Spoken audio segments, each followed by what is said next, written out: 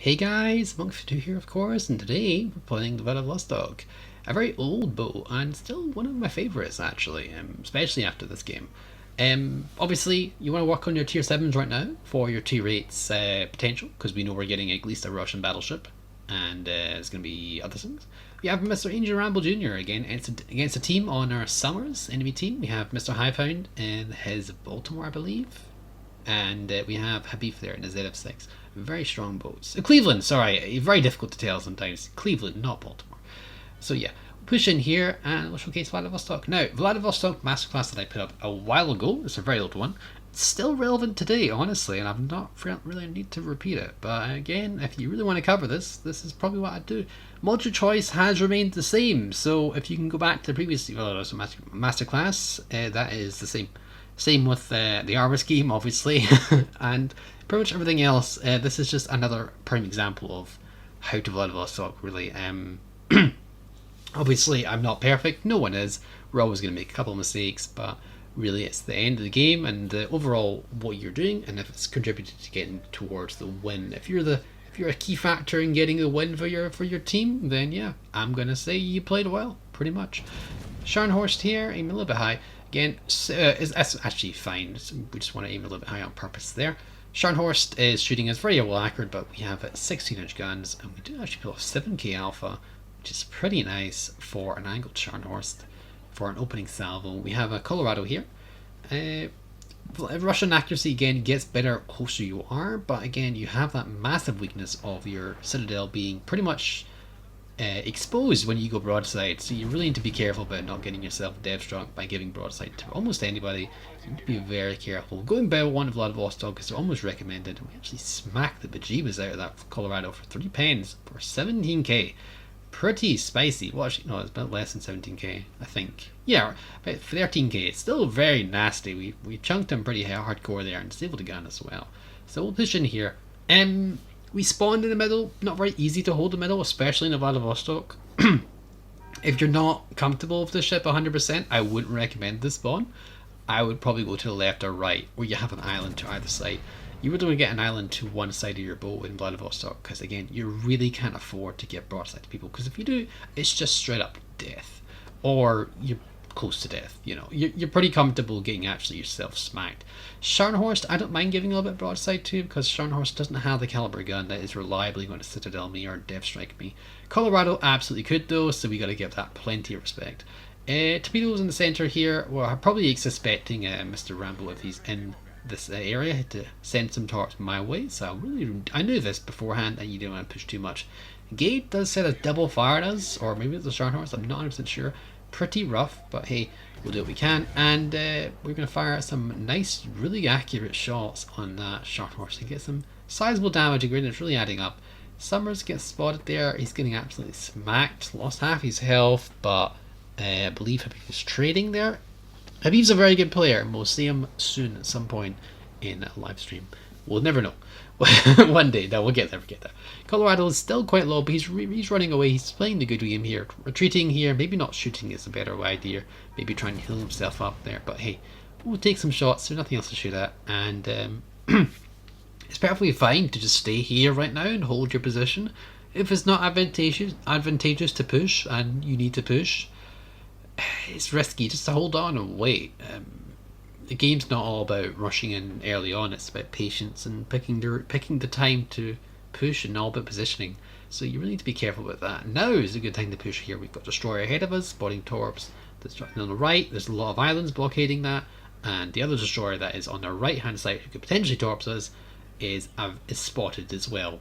He's also fighting another low health battleship, and looks like Habib is also present there as well. So we can get some shots. We do get some good shots. Again, Vladivostok is fairly accurate for these battleships. Again, the closer to the range you are, the more reliable, but that really applies a little bit more so for the Russians. Habib does smack the Summers, but unfortunately Mr. Rambo does take him to the city of Atlantis. So we'll push in here. Mass has been destroyed. Summers is on our right hand side. It looks like it, at least. Can we get a shot now? Okay. It's going to be difficult for the Summers to torp through the island there, so if we turn ourselves a little bit more to the right here, we should be alright. But the biggest concern here is this gate. We got to retreat here, because if the gate decides to YOLO us, we gotta be very careful. He fires some widespreads and does actually connect it too, which is a little bit unfortunate. We do have to burn the damage control soon. Yeah, we had to burn it here.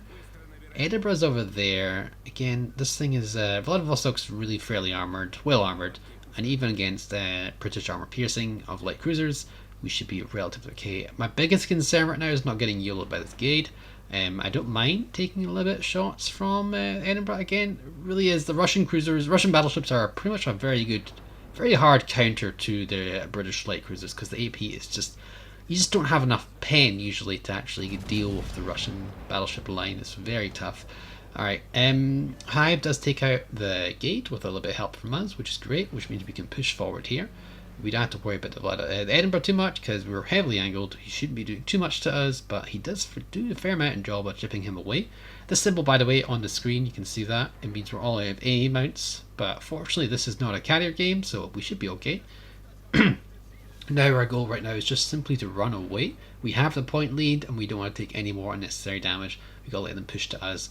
Colorado, I believe, is very low. He's probably used a heal, we never know. We've also got Lenin present, which I've not seen yet. I've obviously been a minimum, but I've not really interacted with him yet. We still got Summers, which is still present. We need to send 2 drops our way. Lenin's popped over there, and Edinburgh is still doing his best to harass us here. We've got a Champagne, it's very far away. With this build I'm running, as you can see with the masterclass. I know the audio quality is not as good, but it's worth watching, honestly, if you haven't already. But yeah, we don't have the range for that Champagne. We like barely do, but let's be real here. I'm not even sure that's gonna hit, especially if he's running away. Colorado, we're giving a flat broadside too, a little bit risky. Oh, we do get 1. Okay, we get 3 hits, but you know, 1 that did damage. But we'll turn away here, and we'll just mark ourselves our full angle here. I didn't want to turn right because I'd be giving full broadside to the Champagne, and Champagne has the best pen in the game, at least as far as we know. I'm not sure if anything beats that. There we go, Champagne shots were coming in, so we had to angle away, and that way we can angle both against the Colorado and the Champagne. If we turned right, it would have been a different story, but yeah. Anyway, take some shots at Colorado, and we actually citadel him, and 3 pens again. Pretty nasty shot for the Colorado to take. Edinburgh is going to be interested in us, unfortunately, and we'll see what we can do about that. Maybe we'll take a pot shot at him and see if we can potentially dead strike him. Edinburgh is very weak on the broadside. It is a walking citadel unless you're fully angled or, you know, straight up bow tanky. Even then you can still punch the superstructure.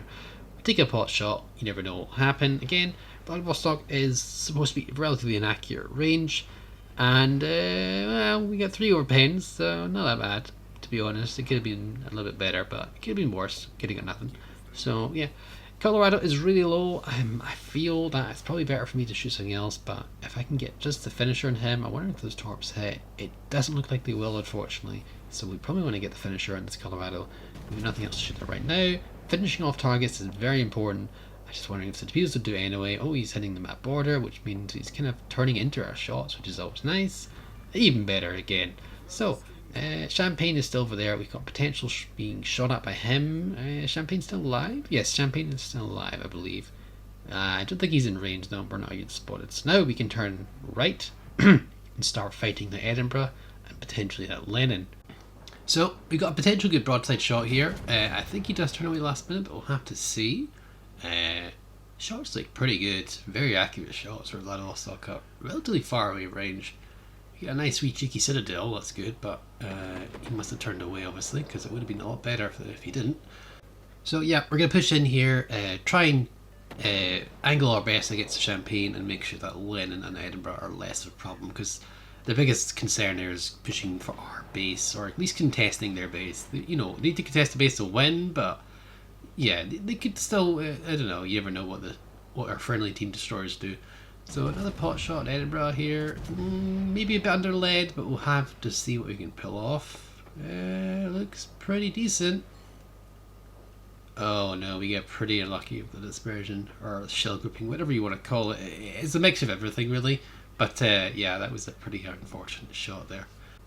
Champagne's doing his final last samurai effort there, and he's probably going to get murdered by the destroyers of our team, which is always good, leaving us a chance to get another shot at the Edinburgh.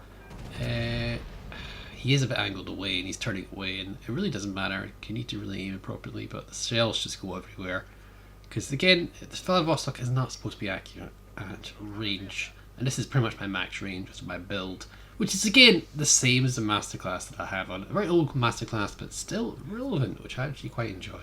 Always like when you make a good video that lasts. So, about 3 seconds, 2 seconds, 1 second, we get another shot in here. He's smoking up, which means high chance of him slowing down unless he wants to outrun his own smoke screen. As soon as you have at least a shot to get something decent on him, but it didn't look that good honestly in the shells. They didn't even hit him. That was unfortunate. Must have bracketed him. So yeah, we're spotted by the destroyer. Summers is still about. At this point I think I'm asking Kai for some intelligence in terms of the radar. Because yep, if we backed up any more we would be eating those torps. But fortunately he didn't plan ahead and fired torps ahead of me. That's always good, so we can avoid him, and we're actually unspotted, which means he's close to those islands there. So let's push towards the islands there and deal with the Lenin for Mr. Hive and his Cleveland, while Hive deals with the destroyer, hopefully. He is a little bit far away though for the action, at least for my to support me very effectively, but hey, that's just how it goes. We're going to push in here. We do want to try and avoid Summers torps. It's the biggest scary factor here. Edinburgh can pepper me for quite some time. I don't think he's going to do too much damage, even if we are broadside. The British light cruisers do struggle against heavily armoured battleships like the Vladivostok and so forth, like Roma and so forth. It's just we don't have much infrastructure to farm, and our upper deck is 50mm. It's pretty tough to get through it.